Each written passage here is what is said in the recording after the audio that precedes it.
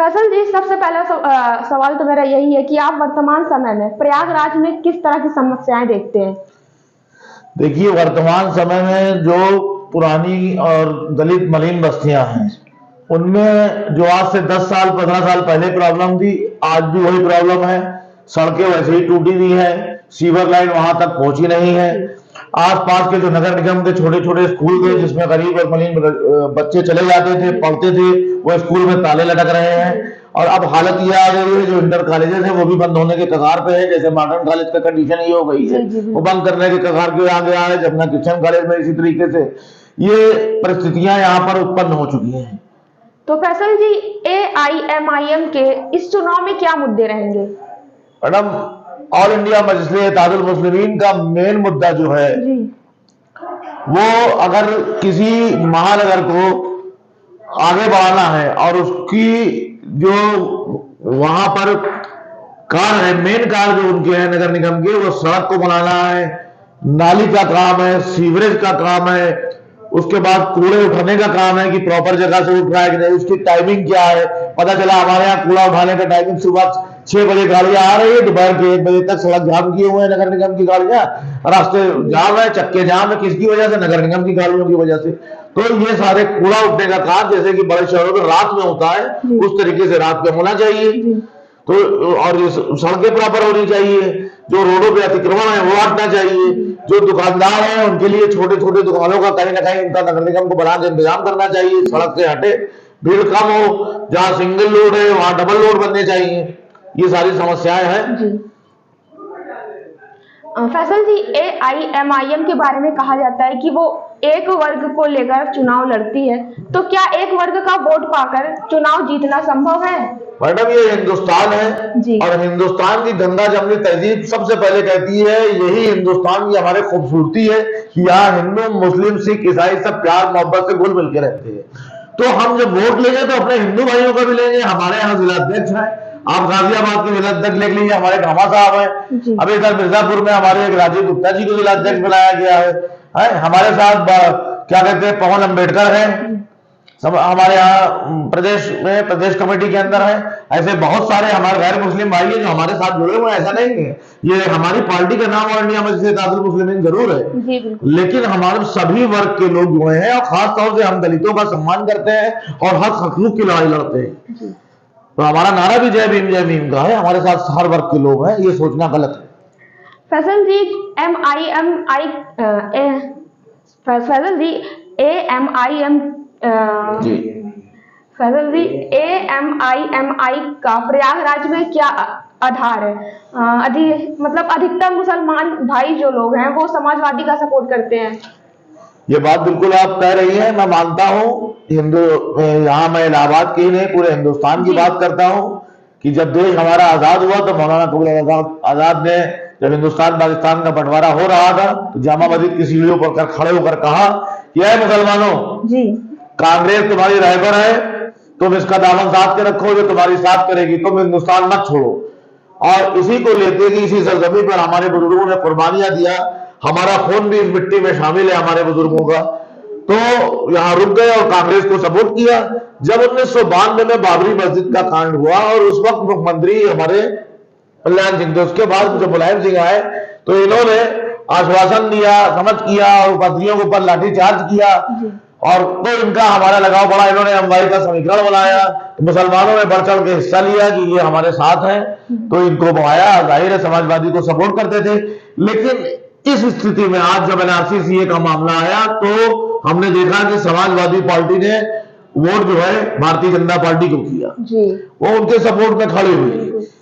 और जिस वक्त मुजफ्फरनगर का दंगा हुआ, वहां की हमारी माँ बहनें बेटियों के साथ बलात्कार हो रहा था, गरीब बच्चे मर रहे थे, कैंपों में लोग ठंड से मर रहे थे, उस वक्त माननीय मुख्यमंत्री जी सफाई में डांस देख रहे थे।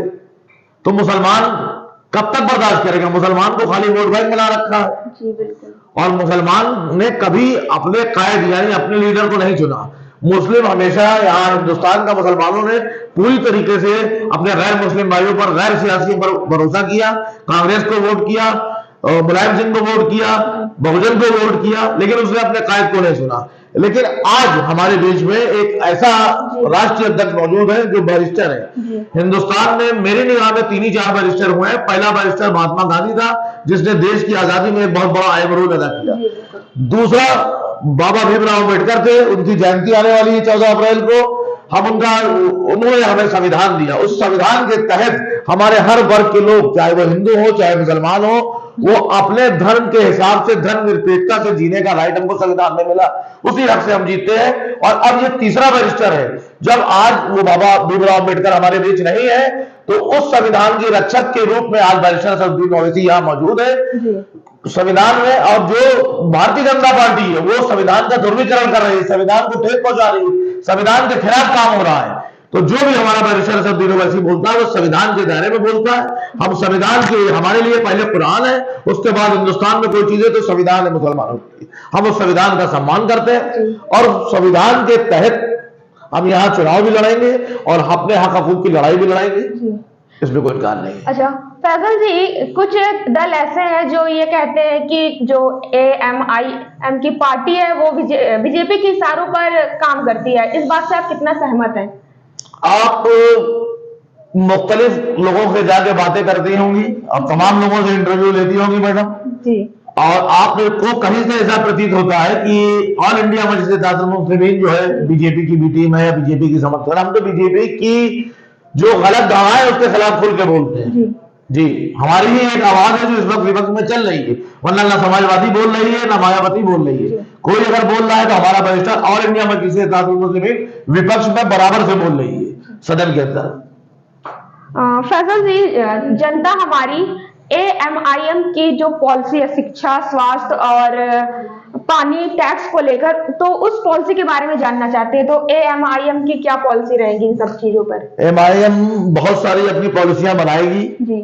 जैसे जहां पानी की समस्या है वहां ट्यूबवेल का इंतजाम करना, पानियों को टैंकर से पहुंचाना, बिजली का बिल कम आए, चोरी कम हो, है, इन्हीं सब पर के ऊपर हमारे मेन मुद्दे हैं और इन्हीं पॉलिसी पे हम लोग काम करेंगे। फजल जी, बीजेपी ध्रुवीकरण के आगे सपा मजबूत होगी। हाँ, अतीक अहमद को जो सजा मिली है उसके बाद बीजेपी भूटानी नजर आ रही है। ऐसे में AMIM अपने आप को कहाँ पाती है? AMIM अपनी जगह बिल्कुल सही है जी, सुरक्षित है जी। और जहां तक अतीक अहमद की सजा का मामला है वो एक संवैधानिक दायरे के अंदर उनको सजा हुई है और अगर उन्होंने गलत किया है तो उनको सजा मिलेगी, कोई भी हो, चाहे वो अतीक अहमद हो। लेकिन इस चीज का हमको ये होता है कि और भी उस कैटेगरी के लोग हैं जी, जो एक दूसरे वर्ग विशेष से आते हैं, जैसे कि बनारस में है प्रिय सिंह, ऐसे बहुत सारे नाम है जिनको अगर मैं गिनाऊं तो शायद आपका आधा घंटा मैं और ले लूंगा। लेकिन उन पर ये कार्रवाइयां क्यों नहीं हो रही जी? और उस वर्ग पर क्यों नहीं कार्रवाई हो रही? अगर बेनीगंज के अंदर जी किसी मुसलमान को रात के 2 बजे लाठी डंडों से मार मार के मार दिया जाता है और वो एक मर जाता है, दूसरा आदमी अस्पताल में एडमिट रहता है, तो उसका मकान क्यों नहीं गिराया जाता? यदि अतीक अहमद का मकान गिराया जा रहा है या उनसे संबंधित उनके साथ चलने वाले का मकान बनाया जा रहा है, यहां तक की नौबत आ गई है कि वो गाड़ियां बेच रहे हैं, जिसकी गाड़ी है पहले ये उस तक को उठा के पुलिस लिए जा रही है। ये संविधान के दायरे में नहीं है। हम सिर्फ यही बात करेंगे जो कार्य हो संविधान में करें, संविधान के बाहर जो भी कार्य होगा हम उसका बहिष्कार करेंगे।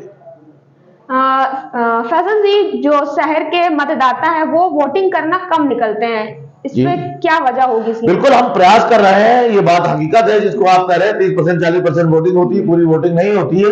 और हमने जो इस तरीके से देखा है अभी नगर निकाय चुनाव में आने में, हमने जिस तरीके से लोग नाम चिल्लाने में सारे सभासद लगे थे, तो हमको ये भी है इसके अंदर अंदाजा हुआ कि हमारे यहाँ के लोग इस पर ध्यान नहीं दे रहे हैं कि नगर निगम में फर्जी नाम बहुत चढ़ाए जा रहे हैं, जो मर गए उनके नाम कट नहीं रहे हैं, तो वोट देने आ रहे हैं जो फर्जी है, असली लोग निकल ही नहीं रहे हैं। और हम अपनी जनता से आपके माध्यम से यही अपील करना चाहेंगे कि घर का एक एक फर्द जो बालिग है, जिसका कार्ड बोला है, वो बिल्कुल उनका एक ही अमूल मत है, उसको निकल के आए और उसको डालें जरूर, अपने मत का प्रयोग जरूर करें। हम आपके माध्यम से यही कहना चाहते हैं।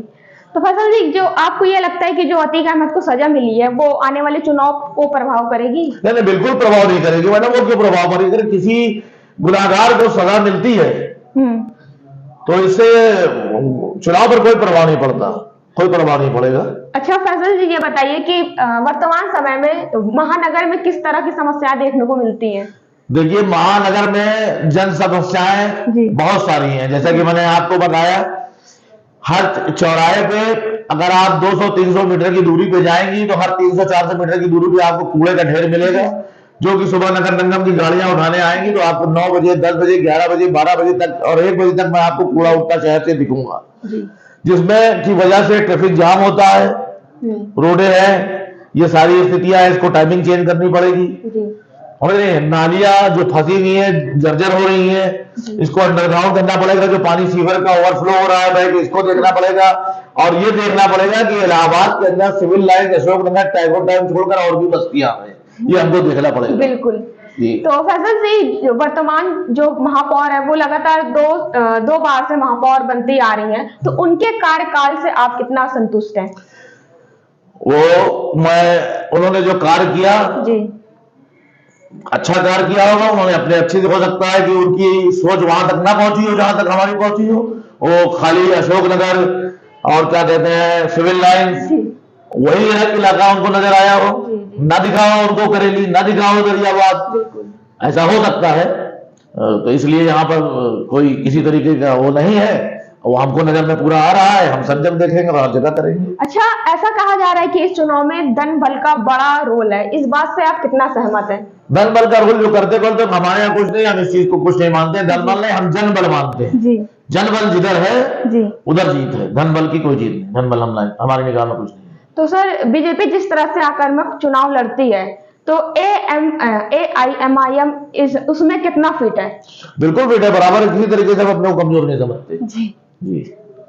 तो फैजल जी, आपको ये नहीं लगता कि जो नए क्षेत्र जोड़े गए हैं नगर निगम में, तो उससे महापौर की जिम्मेदारियां बढ़ जाएंगी? बिल्कुल बढ़ेंगी जी।